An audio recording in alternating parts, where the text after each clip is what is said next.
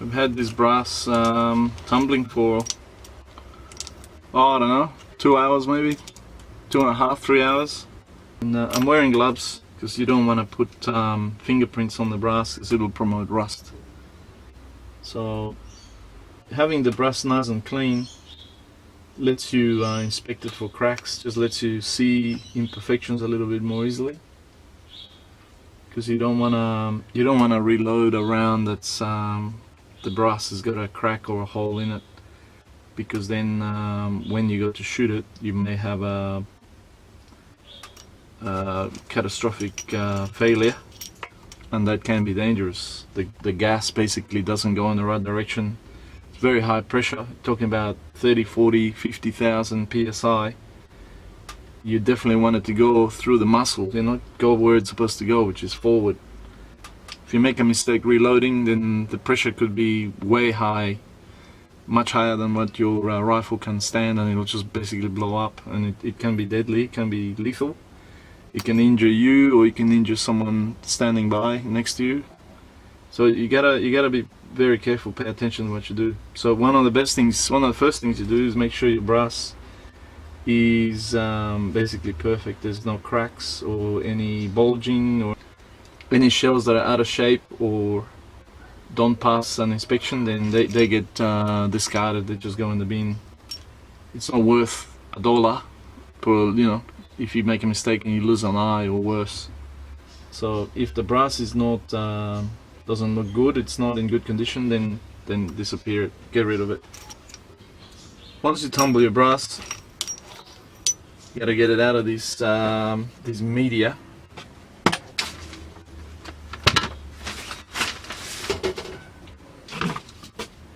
This is how I do it.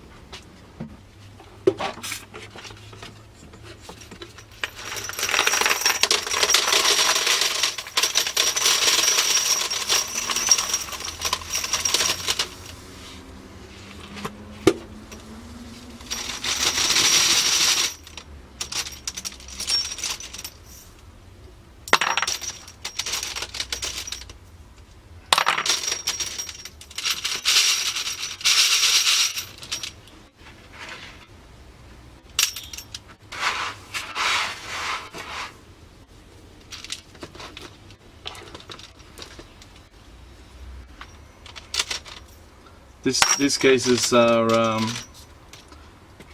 think, twice fired, maybe 3 times fired 44 Remington Magnum.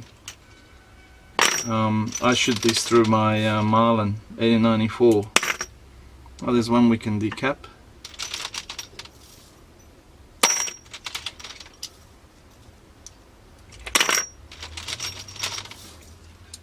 I want to avoid touching the brass with my bare hand. There's oils, natural oils in your skin, and that will promote rust on that particular spot wherever you touch the case.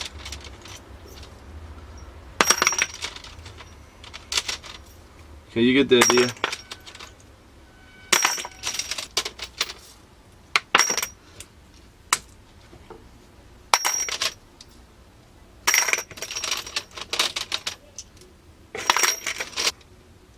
There's another one we can decap. There's another one we can decap.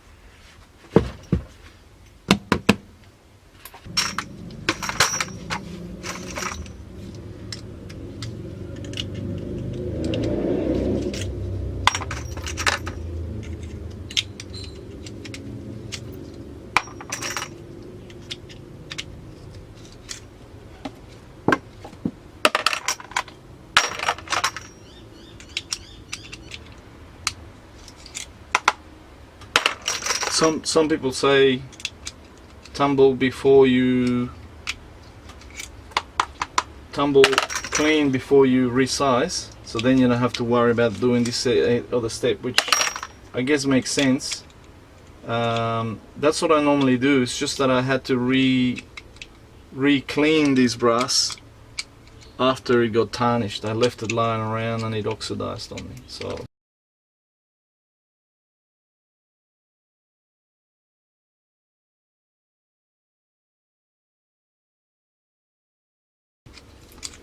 but I would normally clean before I decap.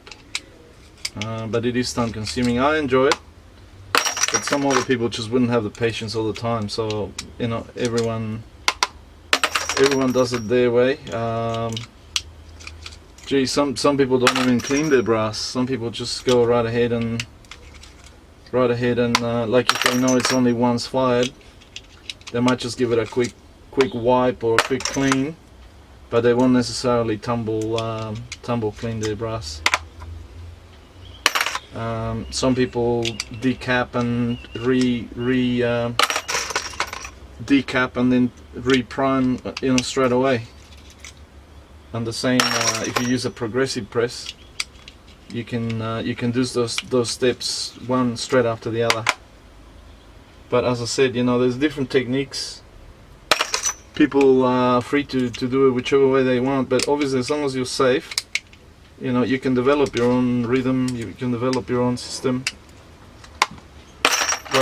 Whatever makes sense to you and whichever way is easiest for you, then fair enough, you know. As long as you don't end up with an unsafe cartridge, you're okay. See, if I knew I was gonna shoot these shells within the next, say, two or 3 weeks, then I wouldn't bother with the gloves. But at this stage, I don't really know when I'll be able to go and shoot, so I don't want it to, just in case I have to store them long term, I want to make sure the brass is nice and clean and it's not rusting on me or tarnishing, or rusting on me mainly. Because all you need is one weak spot in the brass, and then when you go to fire it, you could have the case break or crack, and then potentially that can be dangerous, you know. So you don't want that. You want to make sure that you're doing it in a safe way.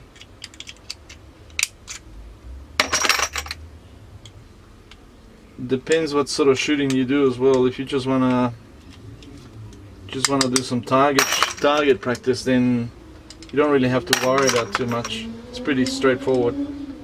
But some people reload for competition, and so they reload to maximize accuracy. So there's a lot of steps in the preparation of the brass that that will have an impact on accuracy. So, like for example, some cases are thicker than others, and that some are heavier than others, and so that'll influence the difference in accuracy. So some people will weigh their cases and only use the ones that weigh pretty much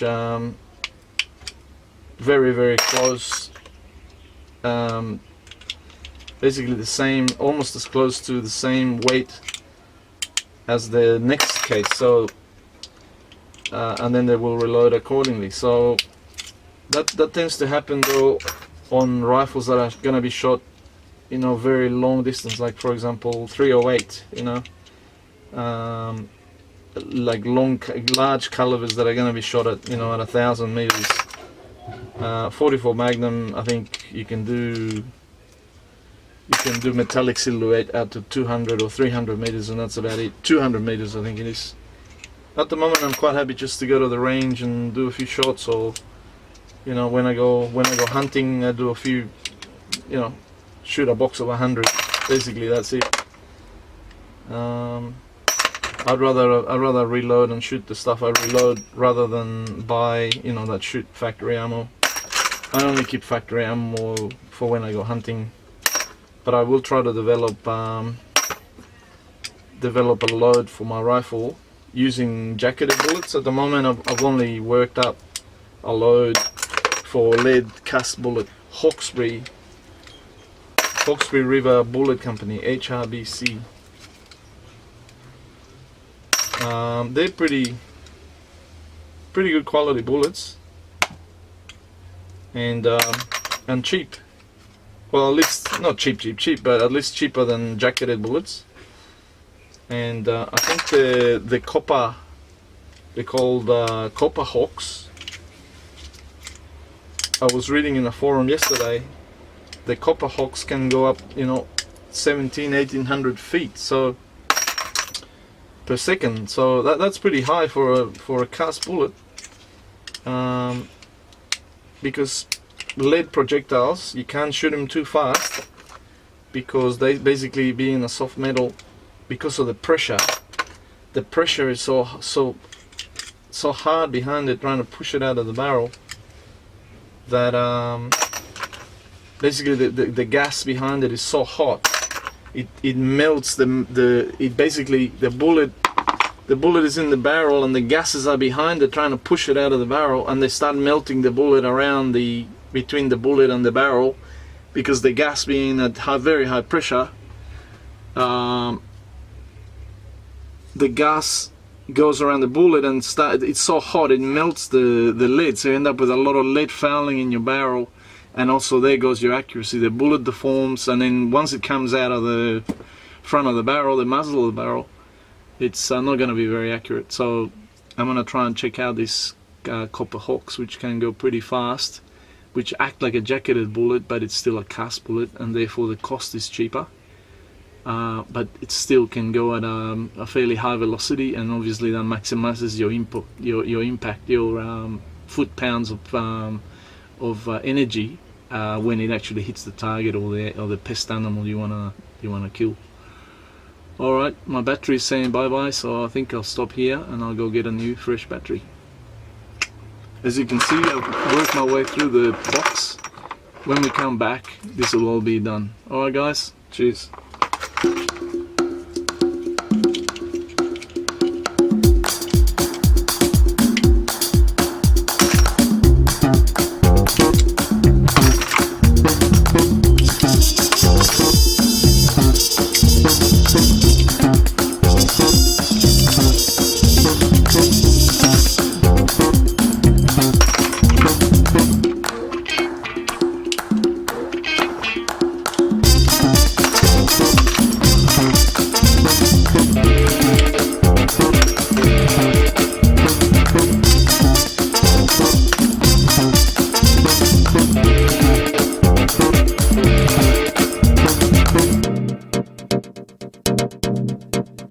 What's up, world? Let's get it poppin' with CC Mixer. It's your boy Jeff Williams. Word. What's up, young world? It's Jeff Williams. And Jay Lance. You're listening to CC Mixer. Where it's always in the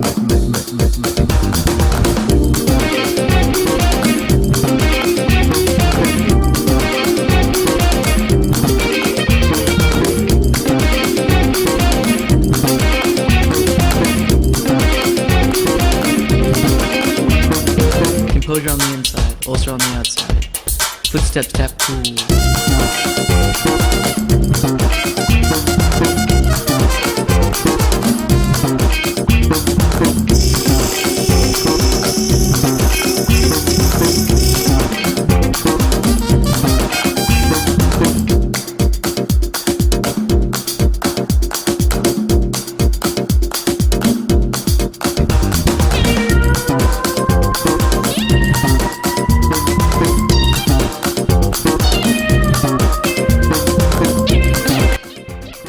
How I do it. Make sure it's clean, make sure there's nothing in there that you don't want to be mixed in here with your brass. Basically put it there, then slowly pour it in.